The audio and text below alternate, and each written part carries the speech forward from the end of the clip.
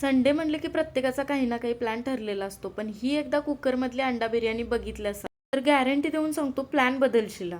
इथं मी 3 वाटी बासमती तांदूळ स्वच्छ धुवून चाळणीवरती निथळायला ठेवले. 15-20 मिनिटं ठेवले होते. प्रत्येकाची पद्धत वेगळी असते. बरेच जण हे पाण्यामध्ये भिजत घालतात, पण मी चाळणीवरतीच निथळत ठेवतोय. आता कुकरमध्ये तेल घातले. यामध्ये 2 उभे पातळ कापून कांदे घालून कांदे चांगले तळून घेतले. उकडलेल्या अंड्यांना मी अशा प्रकारे कस देऊन घेतले. इथे मी 5 अंडी घेतले, तुम्ही 6-7 तुमच्या इच्छेनुसार घेऊ शकता.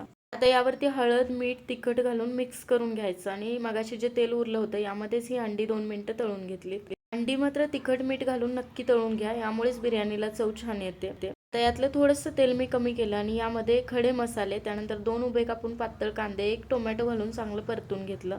कांदा परतल्यावर आलं लसूण पेस्ट सुद्धा घातली आहे, सांगायचं राहून गेलं. आता 1-2 उभ्या कापून हिरव्या मिरच्या, मीठ, हळद, काश्मीरी मिरची पावडर, त्यानंतर घरगुती 2 चमचे लाल तिखट घातलं. त्यानंतर 2 चमचे बिर्याणी मसाला, अर्धी वाटी दही घातलं. दही घालताना गॅस बंद करायचा म्हणजे दही फाटत नाही.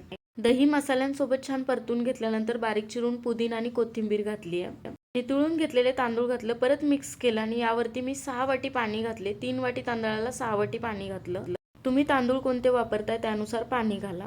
आता तळून घेतलेली अंडी, तळलेला कांदा, 1-2 हिरव्या मिरच्या, बारीक चिरलेली कोथिंबीर, लिंबाचा रस पिळायचा आणि अगदी हलक्या हाताने मिक्स करून याच्या 5च शिट्ट्या करून घ्यायच्या आणि कुकरमध्ये झटपट चवीला मस्त लागणारी अंडा बिर्याणी तयार झाली आहे. तुम्ही सुद्धा करून बघा आणि रेसिपी आवडली असेल तर लाईक आणि फॉलो करा.